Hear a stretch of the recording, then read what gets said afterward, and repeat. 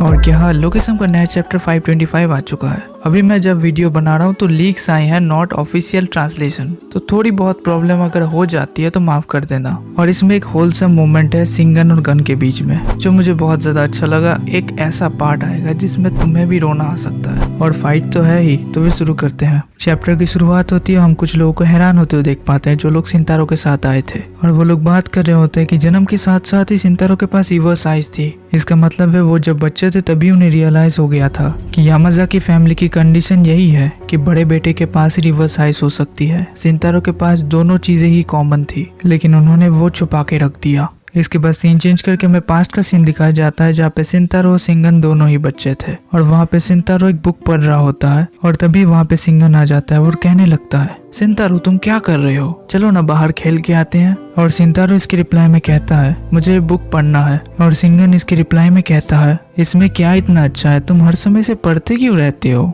बाहर मेरे साथ खेलना और भी ज्यादा मजेदार है। इसके रिप्लाई में सिंतारो कहता है, ऑफ कोर्स ये और भी ज्यादा मजेदार है, मैं इसे पढ़ रहा हूँ क्योंकि मुझे भी ये पसंद है, और मैं इसीलिए ये कर रहा हूँ क्योंकि मुझे अपने भाई की मदद भी करनी है। लगता है तुम भूल चुके हो जो तुमने कहा था, अगर आप अपने भाई की मदद करना चाहते हो तो सब कुछ परफेक्ट होना चाहिए, इसीलिए मैं ये सब किताबें पढ़ता हूँ जो मुझे पसंद भी नहीं है। क्या हुआ अगर मैं अपने भाई से थोड़ी देर बाद में पैदा हुआ तो? इसके रिप्लाई में सिंगन कहता है, कुछ ही सेकंड के अंदर हम दोनों की किस्मत ही बदल गई। इसके रिप्लाई में सिंतारो कहता है, सही कहा, लेकिन क्या हो अगर? इसके बाद सीन चेंज करके हमें प्रेजेंट में दिखाया जाता है जहाँ पे सिंगन और सिंतारो के बीच में घमासान लड़ाई हो रही है, और वहाँ पे दोनों ही एक दूसरे को अच्छी खासी टक्कर दे रहे हैं। क्योंकि दोनों ही एक ही फैमिली से बिलोंग करते हैं तो दोनों का पावर लेवल बहुत हद तक सेम ही था, तो दोनों ही एक दूसरे के ऊपर हावी होने की पूरी कोशिश करते हैं। और इस फाइट को जो लोग देख रहे होते हैं वो लोग हैरान हो रहे होते हैं क्योंकि सिंतारो पूरी तरीके से सिंगन की बराबरी कर रहा था, और उन्हें ये भी लग रहा था कि दो मॉन्स्टर्स आपस में लड़ रहे हैं कि कौन फैमिली हेड बनेगा। अगर तुम जीत जाते हो तो तुम ही प्रेसिडेंट बन जाओगे,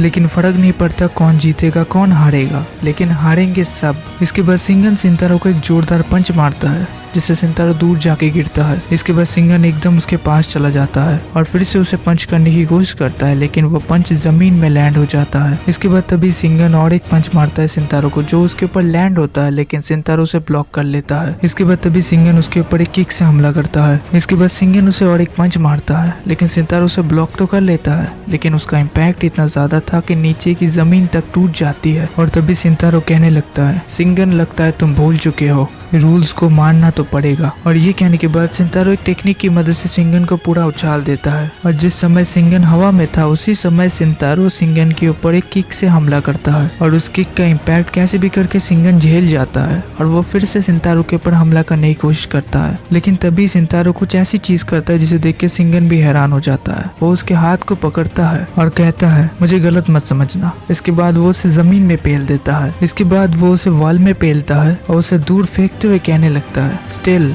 मैं भी गेपियों किम से लड़ा था। इसके बाद सिंतारो अपने घुटने की मदद से उसके नाक पे हमला करता है जिससे उसका इम्पैक्ट बढ़ता है और सिंगन सामने के वॉल पे जाके टकराता है। इसके बाद वो सिंगन से कहने लगता है, मौत को स्वीकार कर लो, यामाज़ाकी में तुम्हारे लिए कोई जगह नहीं है जहाँ पे अनुशासन के माध्यम से स्थापित की जाएगी। इसके रिप्लाई में सिंगन कहता है, अपने भाई के हाथों से मरना ये इतना बुरा भी नहीं है। इसके रिप्लाई में सिंतारो कहता है, क्या? और सिंगन कहता है, लेकिन ये अफसोस की बात है, लेकिन वहाँ पे एक लड़का है जिसके बारे में मैं चिंतित हूँ। ये लड़का कौन है तुम्हें तो पता ही है, गन की बात हो रही है। इसके रिप्लाई में सिंतारो कहता है, सिंगन यामाज़ाकी, मैं उस बच्चे को भी मार डालूंगा, अपने फैमिली के ऊपर जो दाग लगा है उसे मैं मिटा के छोड़ूंगा। इसके बाद हमें गन को दिखाया जाता है जो यहाँ पे आ चुका है। इसके बाद सिंतारो कहने लगता है, ये पैसों की बर्बादी है, लेकिन मैं कुछ भी नहीं कर सकता, फैमिली में रूल्स ही पहले आते हैं, इससे उत्तराधिकारी को भी खतरा हो सकता है, तो तुम्हारे बेटे को भी मरना पड़ेगा, मेरे साथ उलझने की कोशिश भी मत करना कुत्ते के बच्चे। इसके बाद तभी गन के ऊपर बहुत सारे लोग हमला कर देते हैं, और उन सब से गन को बचाता है कौन? सिंगन। उन सारे हमलों को अपने पीठ पे लेके अपने बच्चे को बचाता है। और तभी सिंगन सोचने लगता है, मैं इस बच्चे को नहीं समझ सकता। इसके बाद हमें सिंगन का छोटा सा एक फ्लैशबैक दिखाया जाता है जहाँ पे वो किसी आदमी से पूछ रहा होता है, उस बच्चे का नाम क्या जोंग घियोन है? स्क्रिप्ट में वो आदमी कहता है, हाँ वो पाक सोमी का बेटा है जिसने प्रेसिडेंट को सर्व किया था। और ये सुनने के बाद सिंगन पूछता है, ऐसा है? What kind of guy he is?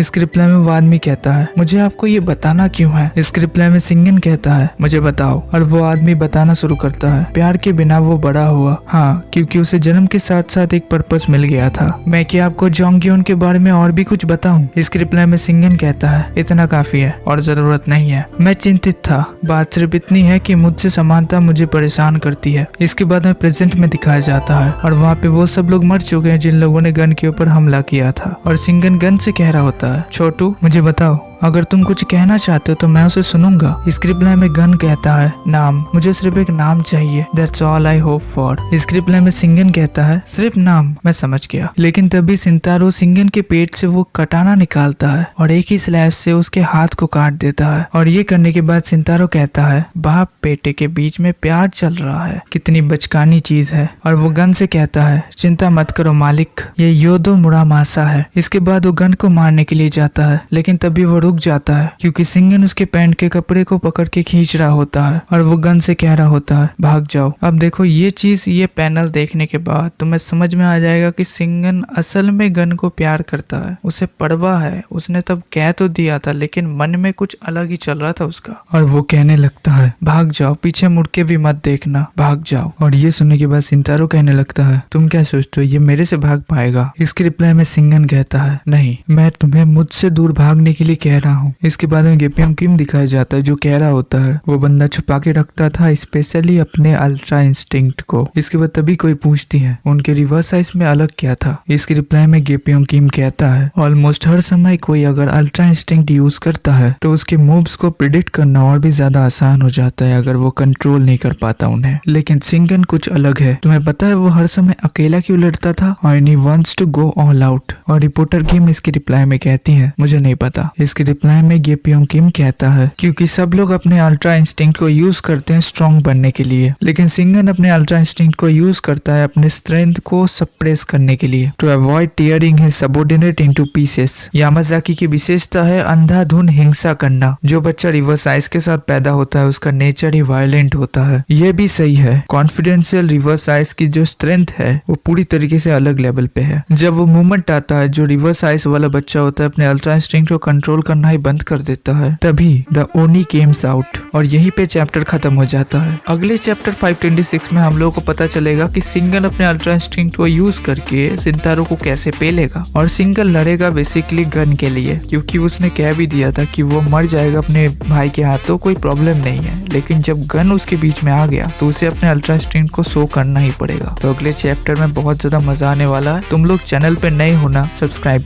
करो भाई, बेल आइकन को ऑल में सेट कर देना। वैसे मैनेजर किम की बड़ी वीडियो आ जाएगा, चिंता मत करना, एकदम चिंता मत करना। अनसब्सक्राइब करने की कोई जरूरत नहीं है भाई, प्लीज आ जाएगा। और अगर तुम लोगों ने बाकी वीडियोस को नहीं देखा है तो जाओ भाई देखो, ट्राई करो उन्हें भी, वहीं पे मैं मिलूंगा तुम्हें।